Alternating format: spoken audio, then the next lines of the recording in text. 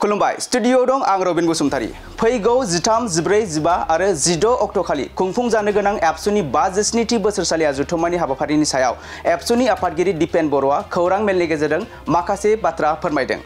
बिथां दिपेन बर'आ खौरां मेलनि गेजेरजों फोरमायदों दि एबसुनि 57थि बोसोरसालि जथुम्मायाव गासै 7,000नि बांसिन थान्दैफोरा बाहागो लागोन आरो बे हाबाफारियावनो गासै 22 जिल्लानिबो बांसिन 220 आन्चलिक आरो इउनिट कमिटिफोरनि थान्दैफोरा बाहागो लागोन।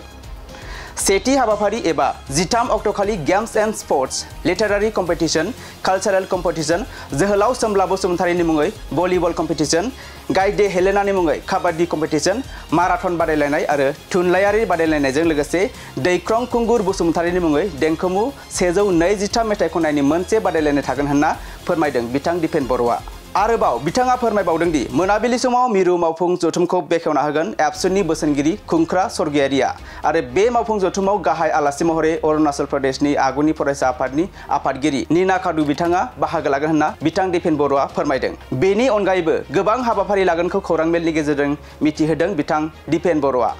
दानिया फै बिथां दिपेन बर'नि खौरां मेलनि गेजेरजों बिथांनि आबुं बाथ्राखौ खोनासंना लानि। दुलाराय बर' फरायसा आफादनि गाहाय मावखुलि बड'फा हाउसआव बे समाव आंजों लोगोसे दङ जोंनि बोसोनगिरि खुंख्रा स्वर्गियारि, लोगो आफादगिरि खोरोमदाव औवारि, जोंनि गाहाय नेहाथारि खनेन्द्र बसुमतारी आरो जोंहा सोलोंथाइ नेहाथारि सोमावसार बसुमतारी। दिनैनि बे खौरांगिरि जि मेल, बे मेलनि गेजेरजों फैबाय थानाय 13, 14, 15, 16 दुलाराय बर' फरायसा आफादनि 57थि बोसोरसालिया जथुम्मानि जि जोंनि हाबाफारिफोर दङ, बे हाबाफारिनि सायाव जोङो गुवारै मिथिहोनो नागिरदों। दुलाराय बर' फरायसा आफादनि 57थि बोसोरसालिया जथुम्मायाव गासै 7,000नि बारा जोंनि थान्दै आरो नोजोरबारि डेलिगेट आरो अबजार्भार बिथांमोना बाहागो लागोन आरो बेयाव फ्राय 22 जिल्लानि बांसिन 220 आन्चलिक आरो इउनिट कमिटि, जोंहा Bengal state committee, Delhi unit ABSU, Shillong unit, Bodoland university, Guwahati university, Dibrugarh आरो कटन इउनिभार्सिटिजों लोगोसे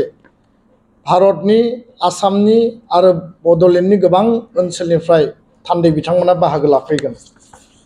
13 अक्ट'आव जोङो हाबाफारि लादों जोंनि जि games and sports, literary competition, cultural competition, जोहोलाव सोमब्ला बसुमतारीनि मुङै भलिबल कम्पिटिशन, गायदे हेलेनानि मुङै काबाड्डि कम्पिटिशन, जोंहा माराथन कम्पिटिशन थागोन, थुनलाइयारि आयदानि बादायलायनाय डिबेट कम्पिटिशन थागोन आरो दैख्रं खुंगुर बसुमतारीनि मुङै देंखोमु 1, 2, 3 मेथाइ खननायनि मोनसे बादायलायनाय आरो बे बादायलायनाय हाबाफारिया खुंफुंजागोन। मोनाबिलि 5 बाजियाव जोंनि मिरु मावफुं जथुम, जोंनि डेलिगेट सिटिं जागोन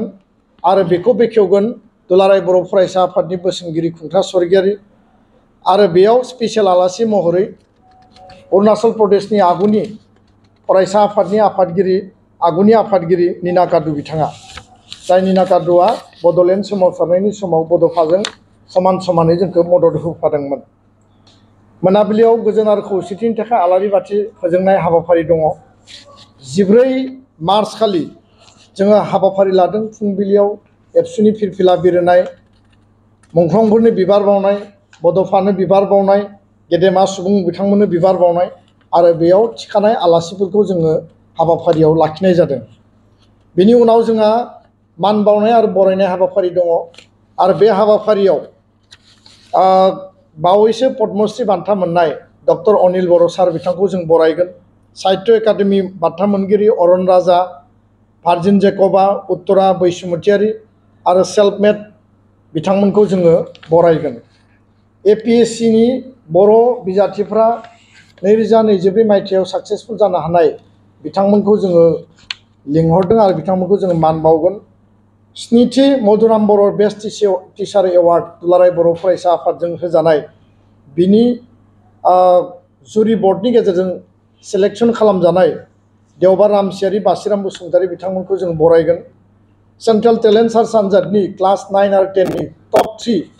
6 फरायसा फरायसुलि बर' बिजोंनि बिथांमोनखौ जोङो बे खालि बरायगोन। दुलाराय बर' फरायसा आफादनि थान्दै मेला मोनसे हाइस्ट फराम जायो, जेराव 7,000नि बारा थान्दैफ्रा बाहागो लागोन आरो बिथांमोननि थानायनि थाखाय वेल इकुइप बेबस्था खालामनाय जादों एग्जिबिशननि बेबस्था दङ आरो बेयाव थान्दै मेलनि गेजेरजों जोंनि जिखिनि सोलोंथाइनि जेंना जोंनि समाजारि जेंना जोंनि एकर्डआव जिखिनि दफाफोर जोङो मोनबाय दासिम बे 5 बोसोराव बेसेबां मावफुंजाखो आद्रा मा दंबावो आरो प्रसेसआव मा दङ बिनि सायाव तन्न'यै सावरायनाय जागोन आरो फिउचार जिखिनि जोंनि भिजन आरो एक्शन बे मिशनखौ जों तयार खालामनानै हाबा मावलांनो थाखाय जों थांखि आजावगोन माखासे जेंनाफोर दङ गुबै जेंनाफोर जोंहा पार्लियामेन्टआव बिल फैनांगौ 125 एमेन्डमेन्ट जोंहा स्कुल प्रभिन्सियेलाइज जानांगौ जोंहा भिलेज इनक्लुजन गामि थिसनबावनांगौ कार्बि आंलंनि एसटि हिलनि इस्यु थाबाय बर' कसारि काउन्सिलनि गामि थिसननायनि बाथ्रा थाबाय हा हुनि खोथा थाबाय आरो फारसेथिं एनडिएफबि बारग' बिथांमोननि जिखिनि इस्युज दंबावो रिहेबिलिटेसना प्राय जोबनायनि लास्ट पर्यायाव फैबाय मैया 590 जिहेतु होबावनाय जाबाय जेलाव थानाय केस उइथड्र खालामनांगौ बे गासै बिथिंखौ लानानै दुलाराय बर' फरायसा आफादा सावरायगोन सोलोंथाइ बिथिङाव जोङो मिशन क्वालिटी इडुकेशननि हाबाफारि जिहेतु मावबाय थादों समाज बिथिङाव बड'फा मिशन फर सास्टेनेबल चेन्जनि हाबाफारि मावदों गासै बिथिंखौ लानानै जों गुवार आरो गोथौयै डेलिगेट हलाव सावरायगोन अपेन सेसन दङ आरो बे खालि गुबै हाबाफारि बे अपेन सेसननि गाहाय आलासिया जागोन भारतनि मानगोनां नखर मन्त्रि अमित शाह बिथां आरो बिथाङा 12टा बाजियाव जोंनि बे जुथुमसालियाव जेराव जुथुमा खुंगोन बेयाव सफैगोन आरो प्राय 2 लाख जिखिनि बर' हारिनि रायजो राजा गेदेमा सुबुंमोन गासैखौबो बिथाङा एड्रेस खालामगोन गुबुन गुबुन हारिनिबो जों रायजो जाफानाय बिदा फंबाय बिथांमोनाबो बाहागो लागोन आरो 2 लाखनि बारा टारगेट लानानै बे गेदारिंखौ जों खालामनो नागिरदों आरो बेयाव आसामनि गिबि मन्त्रि डक्टर हिमन्त बिश्व शर्मा बिटिआरनि चिफ प्रमद बर' बिथां मन्त्रि उरखाव गोरा ब्रह्म बिथां स्पिकार बिश्वजित दैमारि बिथां बर' थुनलाइ आफादनि आफादगिरि डक्टर सुरत नार्जारी एमपि रोनगोरा नार्जारी एमपि दिलीप शइकिया मन्त्रि अशोक सिंगाल मन्त्रि अतुल बरा एमपि जयन्त बसुमतारी कार्बि आंलंनि काउन्सिलनि चिफ तुलिराम रंहां बर' कसारि काउन्सिलनि चिफ मिनिस्वर बसुमतारी बर' माहारियारि आफादनि दैदेनगिरि बिबानगिरि गेदेमा बिथांमोना बे हाबाफारियाव बाहागो लागोन आरो सरकारि बेसरकारि गोबां आलासि बिथांमोना बाहागो लागोन दा बेखायनो 16 मार्चआव जि जोंहा गेवलां मेल दङ बे जोंनि माहारिनि मोनसे मान मर्यादानि आरो माहारिनि मोनफुंनांगौ जेंना सुस्रांनांगौ आरो भारतनि नखर मन्त्रिया दुलाराय बर' फरायसा आफाद माहारि आफादनि बे प्लेटफर्माव फैनानै जोंनि बड'लेण्ड आरो आसामाव भारताव रायजो जानाय बर' फिसाफोरनि इयुन बिथिंखौ नोजोर होनानै बिथाङा थारैनो गोबांथार बाथ्राखौ एड्रेस खालामगोन आरो बेखायनो आङो गासै बर' आइ आफा रायजो राजा नोंथांमोनखौ खावलायदों जोङो जिखिनि रायजो राजाफोरखौ लाबोनो हायो बेनि थाखाय जों बेबस्था खालामनायनि थाखाय सावरायगासिनो दङ गारि गुराजों नाथाय इन्डिभिजुवेलिबो जोंनि आइ आफा रायजो राजा बिथांमोना जि बेबस्था जों हायो जेरै सुबिदा जायो ट्रेनजों गारिजों साइकेलजों मटर साइकेलजों गावबा गावनि नखराव थानाय जिखिनि जोंहा ओन भेहिकलफोर दङ बिनि गेजेरजों बे जुथुम्मासालियाव बाहागो लाफैनानै बर' हारिनि गिदिरथार जि मोनसे थांखि जि ग्रेटनेस आरो भारतनि नखर मन्त्रि बिथांखौ जोङो गोजोन होनायनि गेजेरजों जोंनि आद्रा थाबावनाय सुक्तिनि जेंना जेंसि सुस्रांनाय बर' हारिनि आद्रा जिखिनि जोंहा सिमां आरो एजेन्डा दङ माहारिबादनि जि जोंनि जि इउनिटि आरो जोंनि जि गोजोननि जि मोनसे नेरसोन बेखौ बयबो जाहाथे ज' फैनानै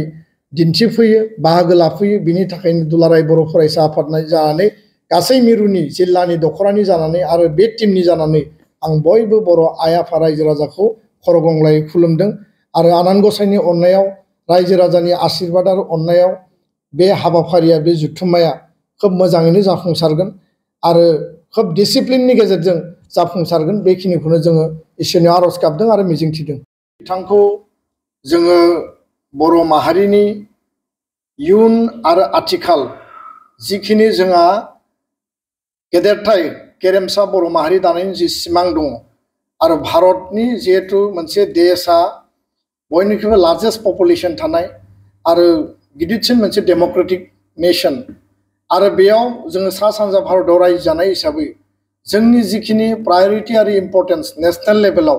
आरो इन्टारनेशनेल लेभेलाव जोङो जुदि लांनांगौब्ला जोंनि हारिनि इसिं आरो बायजोआरि जेंना जेंसि सुस्रांनांगौब्ला जोङो जुदि फास्टेस्ट ग्रयिं मोनसे पर्यायाव हारिनि थामोनथा हारिनि इस्युसफोरखौ लानानै जुदि हाबा मावलांनांगौब्ला जोंनि बेबायदि माहारियारि आफाद जातीय संगठननि फरायसा आफादनि प्लेटफर्माव बे गिबि खेब मोनसे हिस्ट्रि जारिमिनारि जागोन जे भारतनि नखर मन्थ्रिया बे जुथुम्मायाव 45 जुथुम्मायाव बाहागो लागासिनो दङ सरकारि बेसरकारि प्रग्रामाव बिथाङा बाहागो लादों किन्तु एबसु फरायसा आफादनि बे थोंजों बे जि जुथुम्मा बे जुथुम्मायाव भारतनि नखर मन्थ्रि बाहागो लानायानो जोंनि थाखाय मोनसे आशीर्बाद ब्लेसिंस आरो बिनि गेजेरजों एकर्ड आरो आदार बर' हारिनि बड'फानि जि सिमां गेरेमसा माहारि दानाय बेनि माखासे बिथिंखौ जोङो